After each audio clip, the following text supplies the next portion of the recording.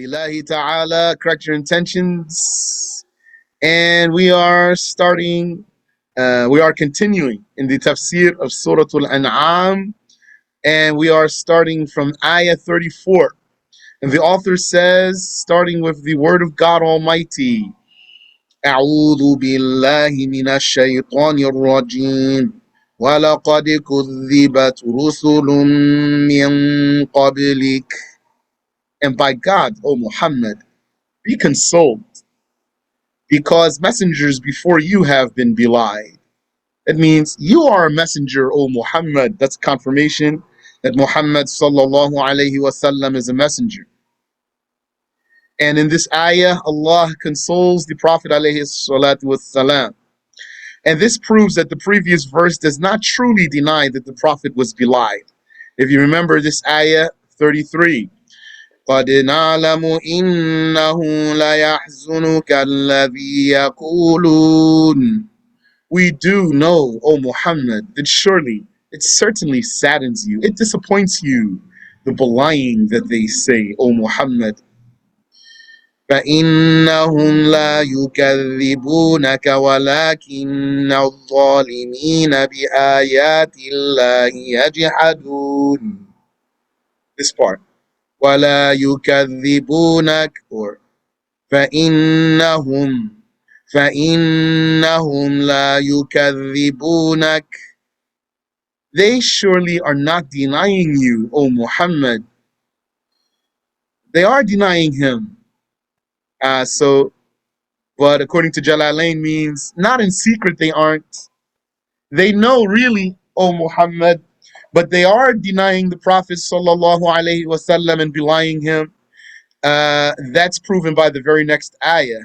وَلَقَدْ كُذِّبَتْ رُسُلٌ مِّن قَبْلِكَ وَلَقَدْ كُذِّبَتْ رُسُلٌ مِّن قَبْلِكَ. Messengers before you have been belied, O Muhammad. فَصَبَرُوا عَلَى مَا كُذِّبُوا. Then they were patient with their being belied. They were patient with the denial of their people, that disappointing denial. وَأُوذُوا حَتَّى أَتَاهُمْ نَصْرُنَا. And they were persecuted until our support came to them by exterminating their people. وَلَا مُبَدِّلَ لِكَلِمَاتِ اللَّهِ. There is no exchanger for the words of Allah. There is no mubaddil, no exchanger, no replacer for the words of Allah. What's that? What did Allah say? What did Allah say that no one can replace or change? It is His promise that He said in Surah As-Saffat, ayahs 172 and 171 and 172. وَلَقَدْ سَبَقَتْ كَلِمَتُنَا لِعِبَادِنَا الْمُرْسَلِينَ إِنَّهُمْ لَهُمُ الْمَنْصُورُونَ. إِنَّهُمْ لَهُمُ الْمَنْصُورُونَ. By God, our word for our sent slaves, our dispatched slaves, our word has been eternally spoken. Yani, God has spoken in eternity. He said with his eternal speech. What did he say in eternity with an uncreated speech that's not Arabic about the messengers? Innahum lahumul mansurun. Surely it is them. They are certainly the supported ones. As well as what he says in the 51st verse of Surat Ghafir, Inna lanansuru rusulana. Surely we will certainly support our messengers. So we here refers to Allah alone, and our here refers to Allah alone. And words of Allah, if this refers to the revelation, then this refers to the created expressions. And we brought the ayahs from Surat al-Safat and Surat Ghafir.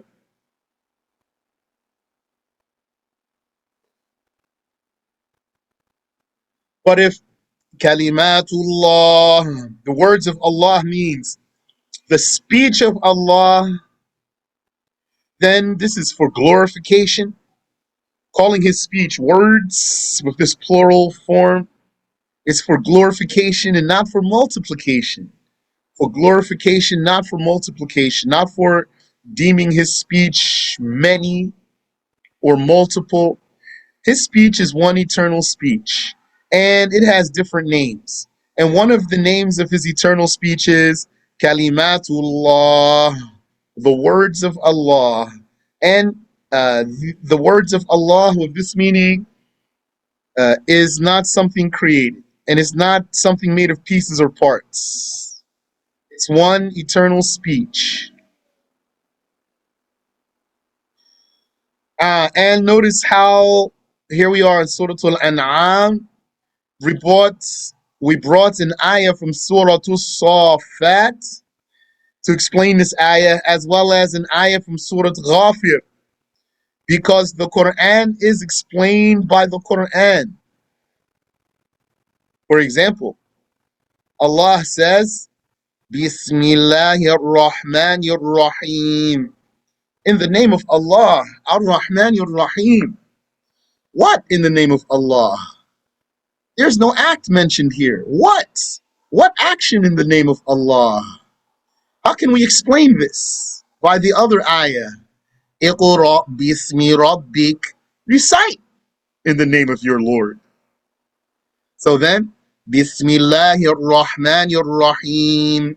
It means Iqra Bismillahir Rahmanir Rahim. We explain the ayahs of the Quran by the ayahs of the Quran.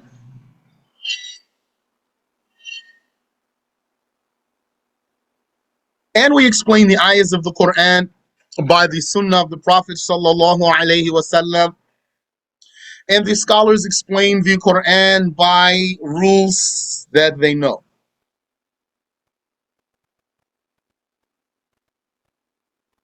So, those ayahs in Surah Al-Safat and Surah Ghafir are about the support of the messengers. And this ayah is also about the support of the messengers. وَلَقَدْ كُذِّبَتْ رُسُلٌ مِّن قَبْلِكَ فَصَبَرُوا عَلَى مَا كُذِّبُوا. And messengers before you have been belied, O Muhammad. By God they have been. لَقَدْ is swear there. فَصَبَرُوا عَلَى مَا كُذِّبُوا. Then they were patient with their being belied. وَأُوذُوا حَتَّى أَتَاهُمْ نَصْرُنَا. And then they were persecuted until our support came to them. There's the mention of the support of the messengers. Then, وَلَا مُبَدِّلَ لِكَلِمَاتِ اللَّهِ. There is no exchanger or replacer for the words of Allah. What's that? So like we said, you need to know how the ayahs of the Quran are related to each other, or else you'd think something is just placed randomly. You would think there are sentences that are just randomly and not necessarily coherent, not necessarily related to each other. So according to this here, then, this is very related. The words of Allah that will not be exchanged or replaced, if that refers to the revelation, then those are, according to An-Nasafi, the ayat that I told you about, that talk about the support of the messengers. وَلَقَدْ جَاءَكَ مِن نَّبَإِ الْمُرْسَلِينَ. And by God, there has come to you, O Muhammad, the news of the messengers that consoles your heart. Muhammad sallallahu alayhi wasallam knows this about the prophets. He knows the stories of the prophets. Allah revealed to him some of their stories and how they withstood the harm of the pagans. So in these ayats, Allah consoles him alayhi salatu wasalam, because he was very disappointed Very disappointed with those kuffar.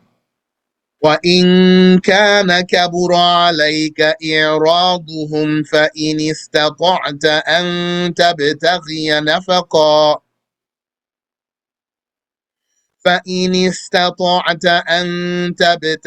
نَفَقًا في الأرض أو سلما في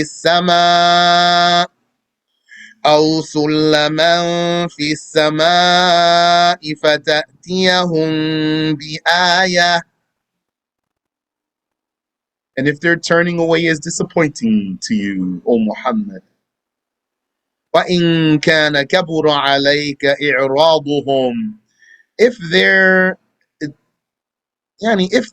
disappointing to you is their turning away, فَإِنِ اسْتَطَعْتَ أَن تَبْتَغِيَ نَفَقًا فِي الْأَرْضِ, then if you are able to seek a tunnel into the earth, أَوْ سُلَّمًا فِي السَّمَاءِ, or a ladder into the sky, فَتَأْتِيَهُمْ بِآيَةٍ, so that you could come to them with a sign that they suggest, then do so, O Muhammad.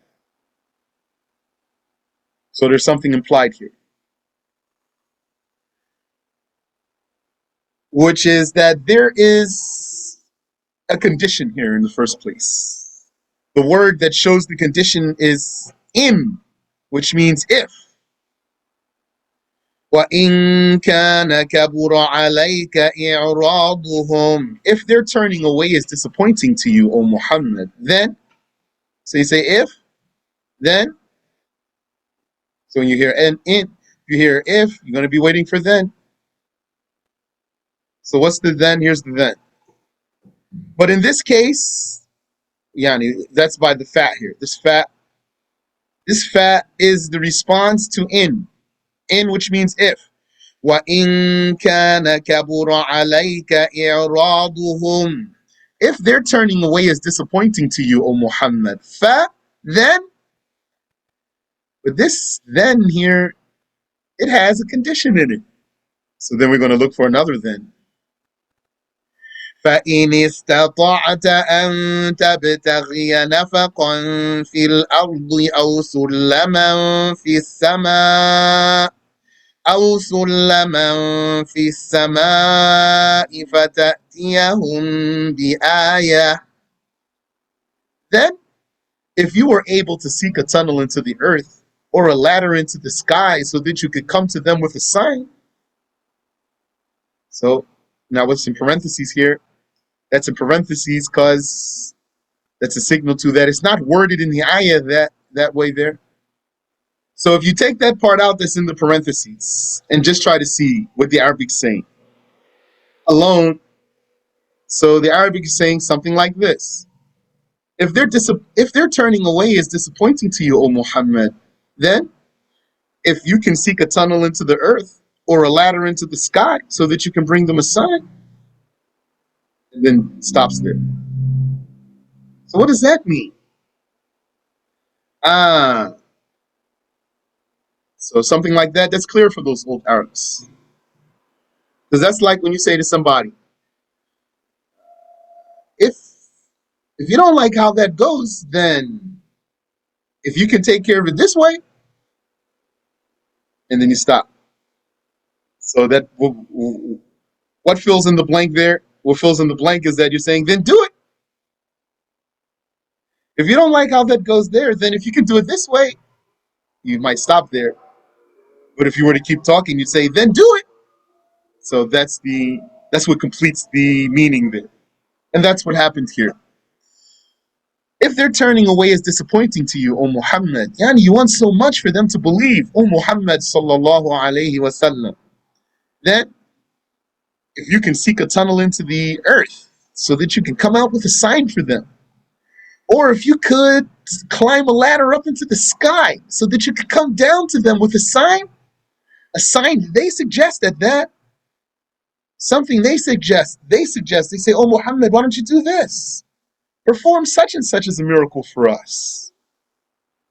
If you can do it, O Muhammad, so that they would believe, then do so. This means, O Muhammad, If you find their turning away from Islam abominable and difficult to bear, then if you are able to find an inlet into the earth so that you could bring forth to them from it a sign by which they would believe, or if you could find a ladder into the sky so that you could come down to them with a sign for them to believe, then do so, O Muhammad.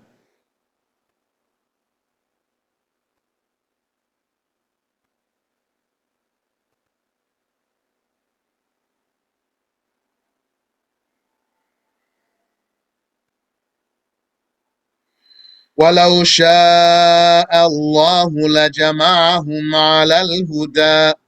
And had Allah willed for them to be guided, He would have gathered all of them upon the guidance. So what does that mean? It means He did not will for them all to be guided. So it's important to be able to understand implications and to be able to read between lines. Just like the previous ayah. Maybe if I didn't say something to you, you say, I don't understand. Even though something like that is familiar to you when you talk. But you just maybe didn't fill in the blank there. Or read between some lines. Also here. وَلَوْ شَاءَ اللَّهُ لَجَمَعَهُمْ عَلَى الْهُدَى. Had Allah will, He would have gathered all of them upon the guidance. So what does that mean? It means Allah did not will to gather them all upon the guidance. Had He willed, He would have. This implies that He did not. It proves that He's not obligated to do what's best for anyone.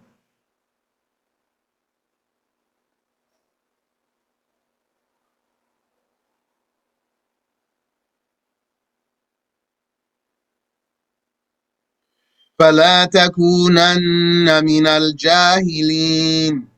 So definitely be not among those ignorant about that, O Muhammad. إِنَّمَا يَسْتَجِيبُ الَّذِينَ يَسْمَعُونَ. Those who respond are only those who hear, are merely those who hear. Those who respond to your call to believe, O Muhammad, who are they? الَّذِينَ يَسْمَعُونَ. Those who hear. They hear with their hearts. They hear with comprehension, as opposed to some others. They don't hear. Or, they don't comprehend. وَالْمَوْتَى يَبْعَثُهُمُ اللَّهُ ثُمَّ إِلَيْهِ يُرْجَعُونَ. And the dead, Allah resurrects them. Then for His judgment shall they return to life. And the dead, meaning the disbelievers who are actually alive, but they are irresponsive as if they are dead.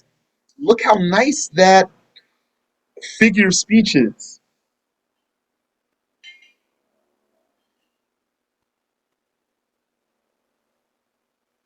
Because who gets resurrected in a literal sense? Those who are dead.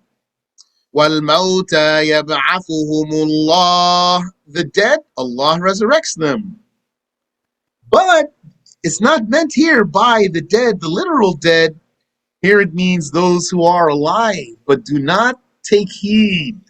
They don't believe. يَبْعَثُهُمُ اللَّهُ ثُمَّ إِلَيْهِ يُرْجَعُونَ. For His judgment shall they be returned to life after Allah resurrects them. Or, here, ثُمَّ, then we can maybe look to see what does thumma mean here. Thumma has two meanings. So, then, I'm going to translate it as then usually. But what does then mean?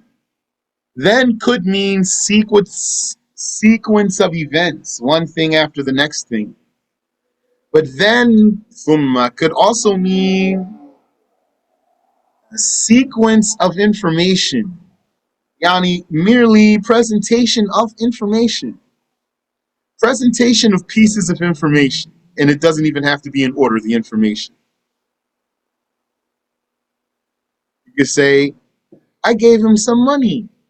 Then before that, I let him stay in my house. So it doesn't have to be in sequence, just giving information. So what's thumma here? Inshallah, we can look. Doesn't look like I had anything in Jalalain or Nasafi that drew attention to the word thumma here. So now that I'm going over it with you and I want to pull it apart, then it sticks out for me. So it makes me want to look in some other tafsirs, like maybe Al-Tabari, or maybe Al-Qurtubi, or maybe another one like Abu Hayyan, one that is so meticulous.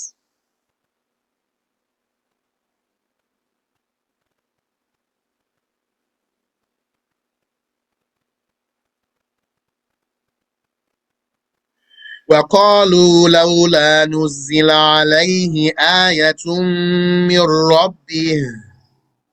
And the disbelievers of Mecca said, had only a sign of our suggestion been brought down upon him from his Lord.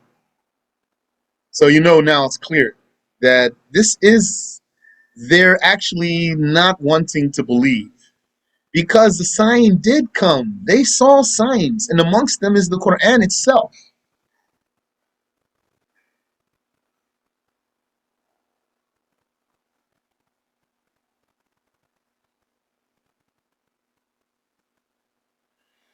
قل إن الله قادر على أن ينزل آية. Say, O Muhammad, surely Allah has the power to bring down such a sign.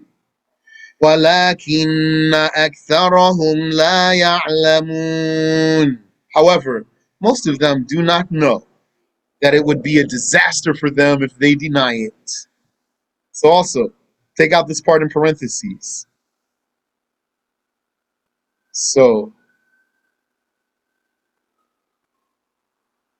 I'm looking at the English here. Say, surely, Allah has the power to bring down a sign, but most of them don't know. So here, most of them don't know. So you might not know how to take that. What does it mean? What is it that they don't know?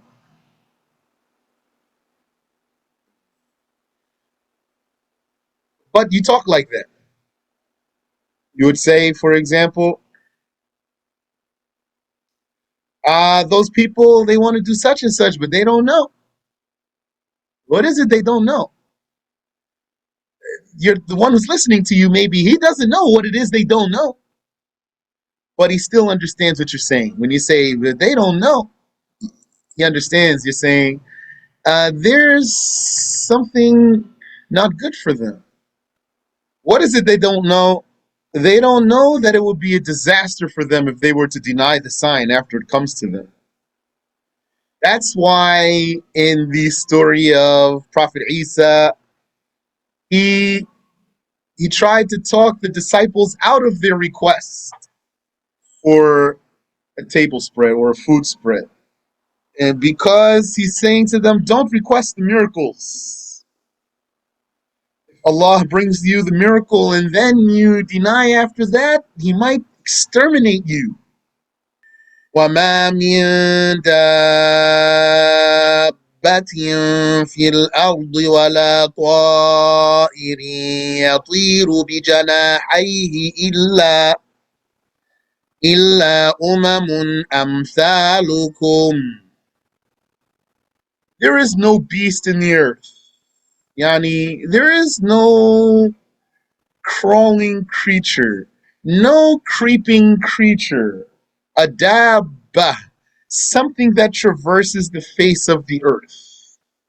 There is no crawling creature in the earth that includes humans.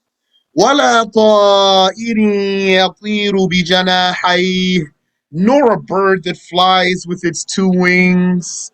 إِلَّا أُمَمٌ أَمْثَالُكُمْ, except that they are communities like you. Yani, they all are in their own world. Each one of them has their own world. The world of the birds. Yani, and then there's different ones too, different communities. And the world of the squirrels, the world of the ants, the world of all these things.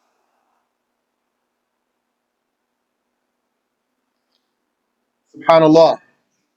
I go across a parking lot and I see a bunch of seagulls congregated together. I remember this ayah. Illa umamun amthalukum. They are but communities like you.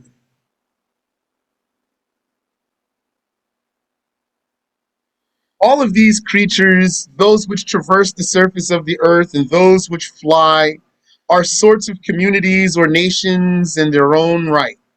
They are similar to humans from the perspective that they are created, they die, and they shall be quickened, and they are in need of a manager who ordains their affairs. And why mention the bird that flies with its two wings? Saying the bird flies with its two wings is to be emphatically literal here. But it's possible to use flying as a figure of speech for speed. Flying is used figuratively for speed. So when he mentioned they fly with their two wings, that means there's no figure of speech here.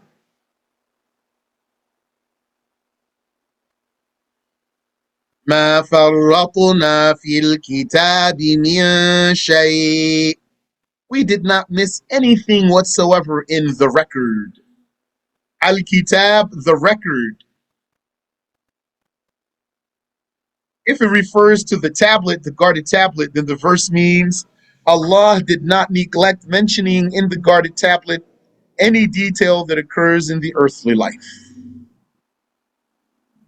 So, according to that tafsir, that's a proof from the Quran that Allah al-Mahfuz has written in it everything. Nothing's missing. Amongst other ayahs. ما فرطنا في الكتاب من شيء.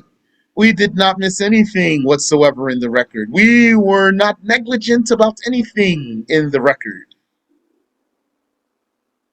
If it refers to the Quran, Al-Kitab, if Al-Kitab refers to the Quran and not the guarded tablet,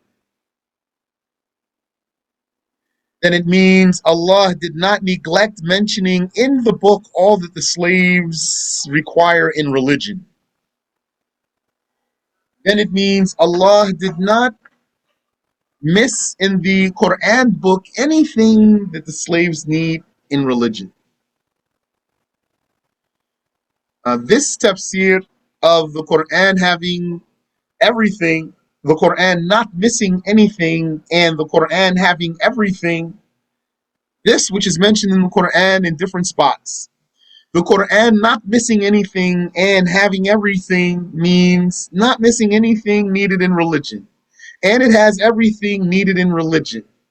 So this qualifier, which is needed in religion, so if you take away the qualifier, it's open. It doesn't miss anything, or it has everything. And with the qualifier, it means in religion, needed in religion. This is what the hadith deniers cling to. They say to you, the Quran has everything. So we don't need any hadiths. ما فرطنا في الكتاب من شيء. We did not miss anything in the book. And then they're going to tell you, this means anything needed in religion. And then they're going to tell you, therefore, yani, like if you say to him, okay, you claim you only take Quran, you don't take anything else, you don't take from fallible humans, you say. So what's the meaning of Al-Kawthar? And what's the meaning of As-Samad in the Quran?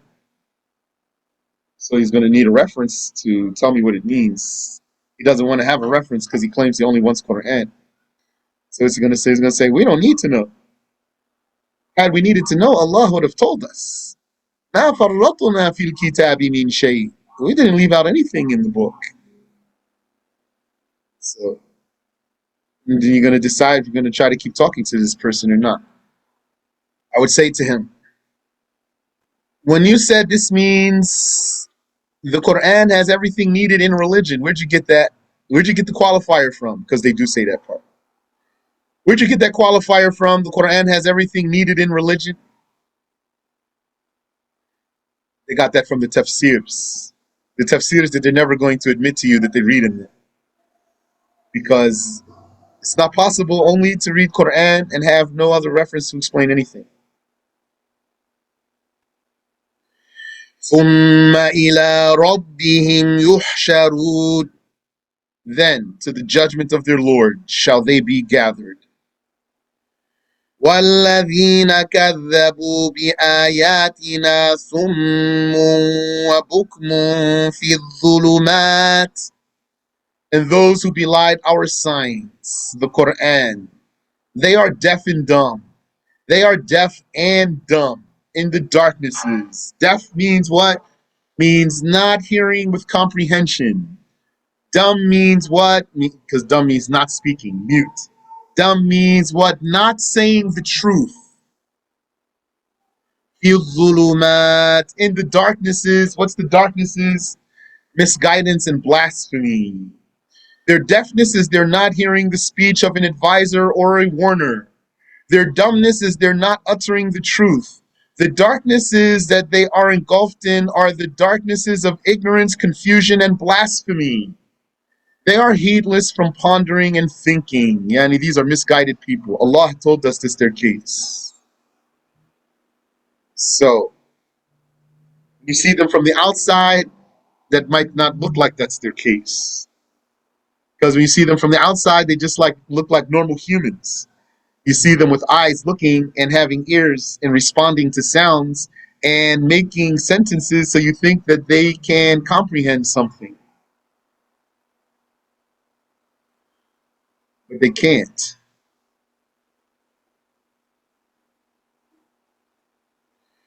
مَن يَشَإِ اللَّهُ يُضْلِلْهُ. Whomever Allah wills, He misguides him. وَمَن يَشَأْ يَجْعَلْهُ عَلَى صِرَاطٍ مُسْتَقِيمٍ. وَمَن يَشَأْ يَجْعَلْهُ عَلَى صِرَاطٍ مُسْتَقِيمٍ. And whomever He wills, He puts him on a straight path. The religion of Islam, yani a right religion. A straight path is a right religion. The correct religion. The one and only correct religion. قُلْ أَرَأَيْتَكُمْ إِنْ أَتَاكُمْ عَذَابُ اللَّهِ أَوْ أَتَتْكُمُ السَّاعَةُ. Say, O Muhammad, to the Meccans, how about if the torture of Allah came to you in the earthly life, or the hour came to you suddenly? If resurrection day surprised you, أَغَيْرَ اللَّهِ تَدْعُونَ. Would other than Allah you call? Would you foolishly call upon your lifeless, powerless idols, as is your habit when calamities befall you? Or when that torture befalls you, like if Judgment Day were to catch you by surprise, would you call upon Allah? It's the case of the kuffar. Even if they worship other than God, something's going to happen to the kafir. Is going to say, oh God, oh my God. He's a straight up mushrik.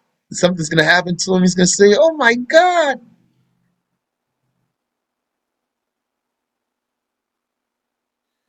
In kuntum sadiqin. If you are truthful in your claim that the idols are gods, then call upon them to save you when the torture comes. بَلْ إِيَّاهُ تَدْعُونَ فَيَكْشِفُ مَا تَدْعُونَ إِلَيْهِ إِن شَاءَ. Rather, Him you call upon in the calamities. Then He will remove what you call Him to, even for you, you kafir. You disbelieving mushrik kafir, you prayed to God and he gave you what you asked for, if he willed. وَتَنْسَوْنَ مَا تُشْرِكُونَ, and you will forget what you associate with him. When you are desperate and you're asking God to help you, and then when things get better, what he's going to do? He's going to forget about that. He's going to start associating partners with Allah. He won't remember how when he was in his most desperate situation, he asked God. Then when things clear up for him, he's going to go back to worshiping a stone, for example.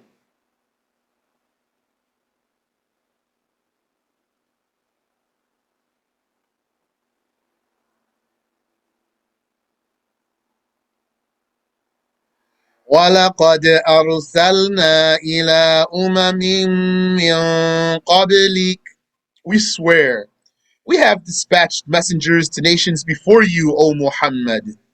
فَأَخَذْنَاهُمْ بِالْبَأْسَاءِ وَالضَّرَّاءِ لَعَلَّهُمْ يَتَضَرَّعُونَ, and we have afflicted them with disaster and hardship so that they would beseech and believe, so that they would implore, beg, and entreat him, and repent from their sins. For surely the selves are humbled when the calamities fall. Yes. And that's a signal to what? Remember, there's two types of punishments. There's the punishment of extermination, like how Ad and Thamud were wiped out completely. And there's the punishment of rujur, or punishment for retraction, so that you would stop the blasphemy and believe, like the signs of Moses, the frogs and the lice and the flood and the river of blood, etc. These things did not wipe them out, but their point was for those people to believe. فَأَخَذْنَاهُمْ بِالْبَأْسَاءِ وَالضَّرَّاءِ لَعَلَّهُمْ يَتَضَرَّعُونَ, we have afflicted them with disaster and hardship so that they would beseech and believe. فَلَوْلَا إِذْ جَاءَهُمْ بَأْسُنَا تَضَرَّعُوا وَلَكِنْ قَسَتْ قُلُوبُهُمْ, had only when our devastation, our punishment came to them, they beseeched. Meaning that they did not beseech when the calamity befell them. وَلَكِنْ قَسَتْ قُلُوبُهُمْ, however, their hearts hardened and did not soften for belief. وَزَيَّنَ لَهُمُ الشَّيْطَانُ مَا كَانُوا يَعْمَلُونَ, and the devil beautified for them what they used to do of sins, and so they insisted on them. They insisted on doing those things. They became impressed with their own ill deeds because the devil beautified for them what they were doing. As sometimes you want to do something, you need to ask yourself, would the devil like for me to do this? Or would he like for me to do contrary? Which one would the devil like? For me to do this one or contrary to this one? Then whichever one is the one that you reckon the devil would prefer for you to do the other one.